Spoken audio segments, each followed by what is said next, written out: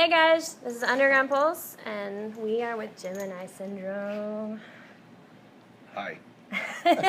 How's it going? It's pretty good. Pretty good, that's about it. Back at, what did you say when we got here? Welcome home? Welcome home. Yeah, man. I love coming here. It's awesome to see you here again. How long is it? It's been a few months. I want to say the last time was February. Yeah, not Am I wrong? February? No. No, we came as a headline. Yeah, you came earlier with a star set. I know. Yeah, in April. Something like that. Yeah. It's about the time you guys exploded into the music scene with Stardust. Right? It was a little earlier than that. It was I guess. earlier than that. Yeah, but holy cow, that song is everywhere. Yeah. Yeah. That's my pool game song. Stardust? Yeah. Is that what you use to beat people? Yes. Cool. Yes, I'll have it playing out on the table. We'll have to put it on tonight then when I beat you. Oh. It's on. Creating memories. It's on. It's on. Of those guys. Recently, you guys have a new song out, Morningstar. Correct. Right? And the beginning of it has like this chanting going on. Yes, ma'am. And what's the story behind all of that? We wrote that song. I was going through a very difficult time. We'll call it that. I was going through a really dark time in my life, and I didn't know exactly how to explain it. How do I say this? I didn't know how to explain it directly, like what was going on.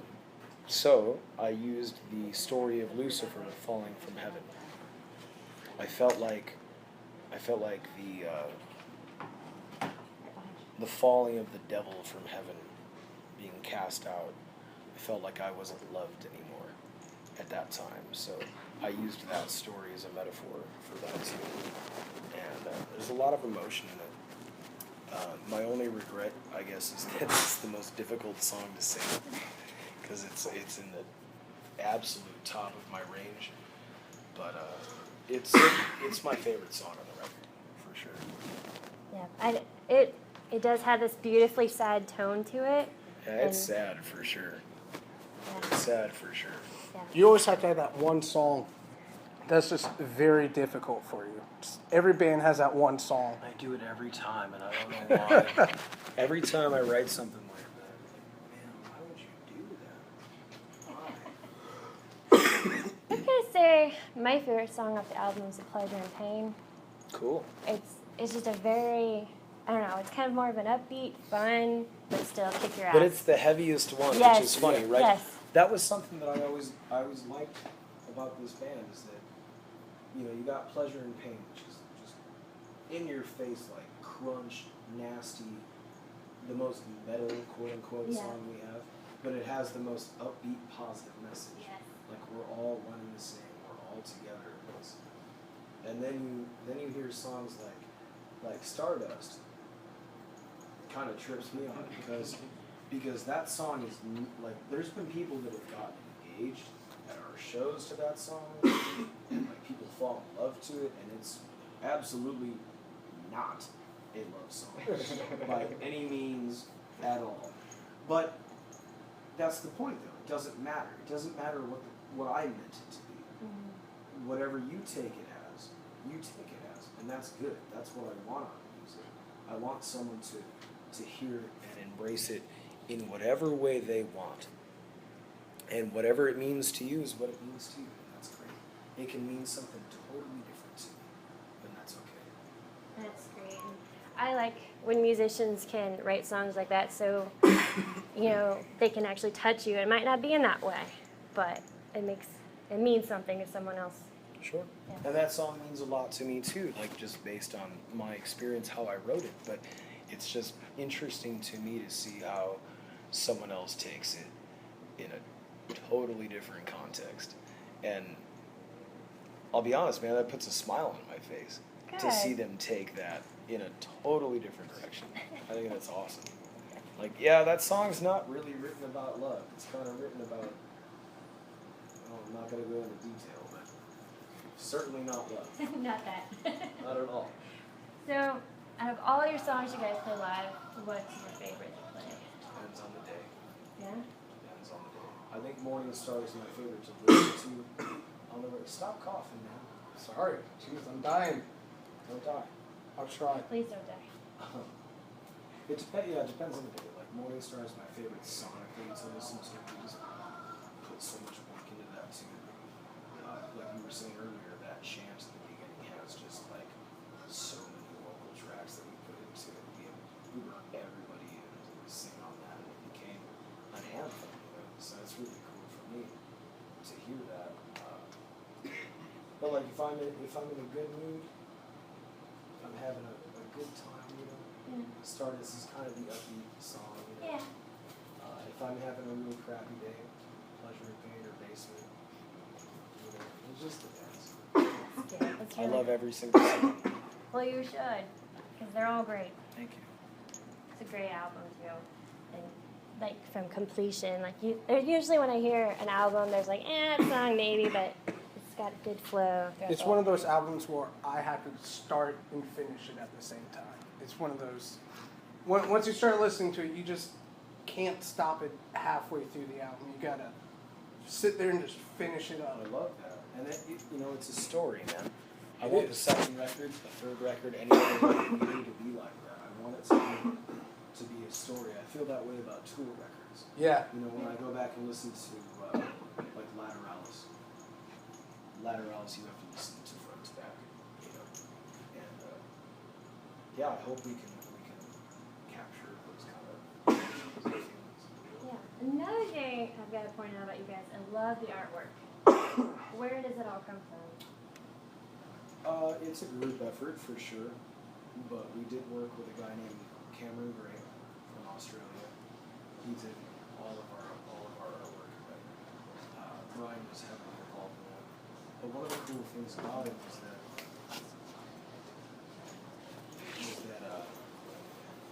Cameron would talk to me via email. He would ask me, like, for each song, we designated a tarot card of the major arcana. Which, for those who don't know, the first 22 cards of the tarot deck are like the story of the soul from birth to death and then rebirth. So we picked tarot cards for each one of those songs, and then we picked artwork for those. So Cameron would email me and ask me for lyrics, and then ask me for a synopsis of what those lyrics meant. So I got to send him stories about what each song was really, really about to me, and then he would come back with artwork, and then Ryan would work with him to kind of like finalize and tweak things and make them, you know, the way they should be. It was just so cool to have such a hands-on approach to it, you know what I mean? And really capture what we were trying to say. That's Visually. great. They're very impressive, and you can tell someone spent a lot of time on those. For sure. Yeah, that is amazing. So you guys have been on tour with Seven Dust. Correct. And Sidewise from here. Correct. How has that been going? This is one of my favorite tours I've ever done. Hey, you want to get down on this? Come on. Good. Ryan doesn't want it. I love it.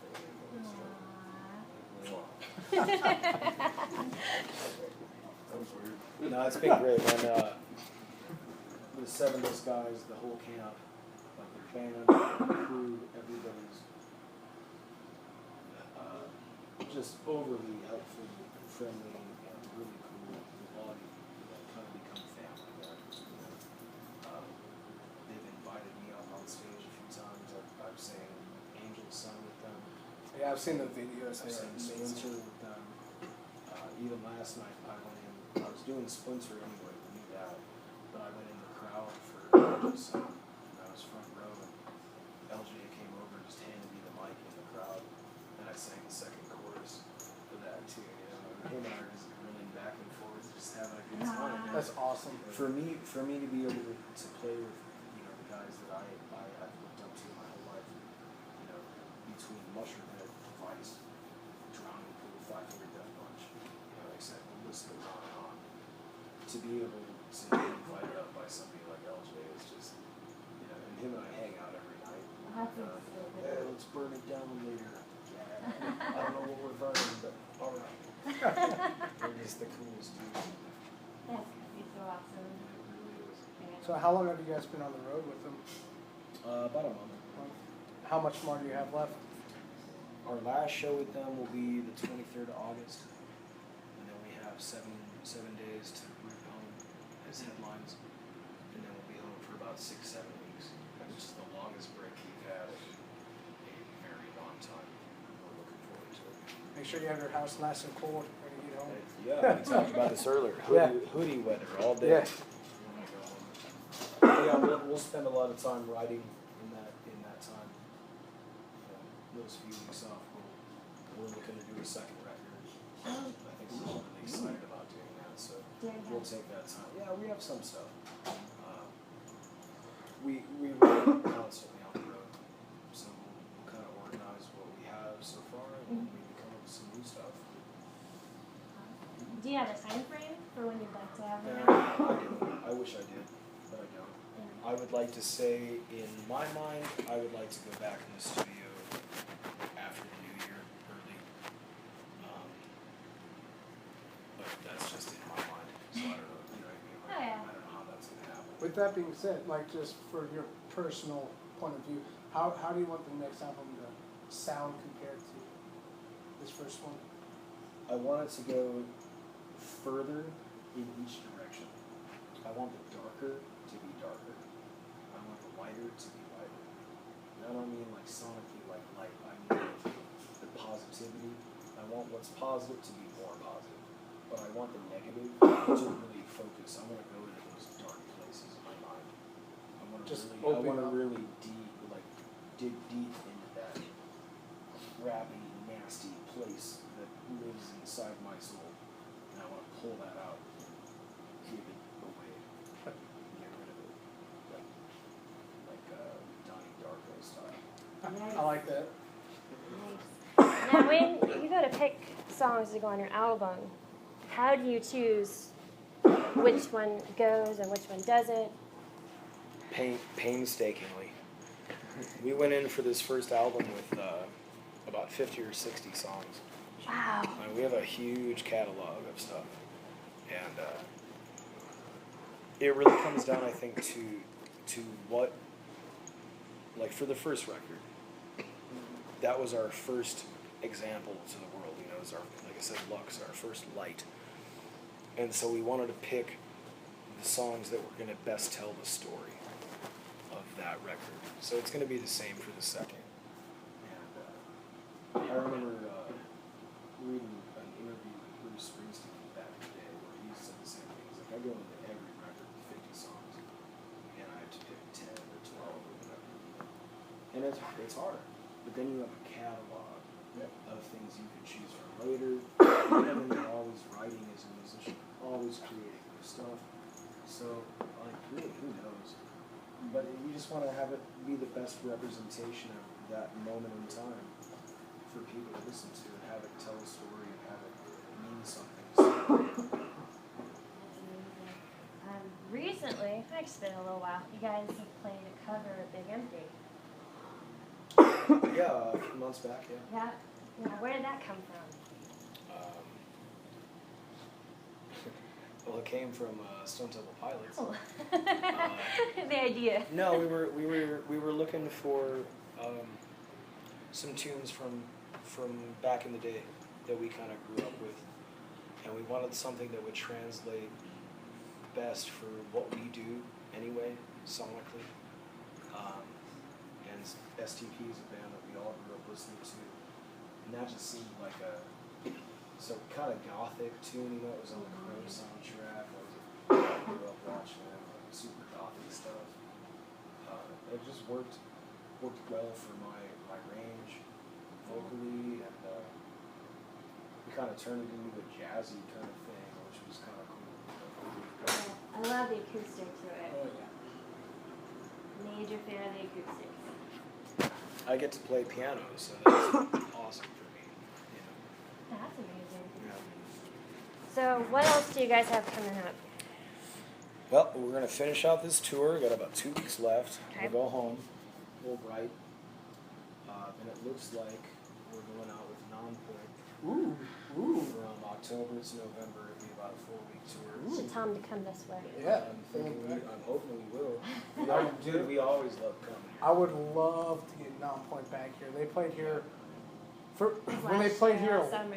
when they played here last year. Was their first show in Kansas City since 2006. Such a good group. I have waited way too long to see them, and I want them to come back sooner. Such a good group of people. Especially to see a collaboration with Gemini Syndrome and Non-Point. That would be an even more amazing show. So we're looking to do that, and then take the holidays off, and then the new year will bring whatever it brings.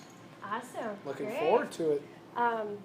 One thing I want to ask you too before we go, what would be some advice you would give to the local bands? I'm going to quote Dave Mustaine.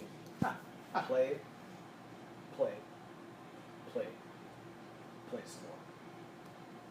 Be out in front of you. Especially nowadays, especially with social media being the way it is, internet being the way it is, that you can get your hands on anything. It's a very, very big pond right now. And that can be a really good thing or a really bad thing, depending on how you utilize it. I'd say play as much as you can. And he said that 20 years ago. Yeah. Just be out. Because you could be the greatest guitar player in the world, but if you're sitting in your basement, no one's ever going to know who you are. So get out. Go out and play. I don't care if it's a coffee house. I don't care if it's an arena. You know what I mean? That's how we all got to where we are. We played some more. I think that's the best advice you can give any musician. That's great. Well, thank you so much. Absolutely. And can't wait to have you back Yes. again and again and again. It'll happen. Awesome.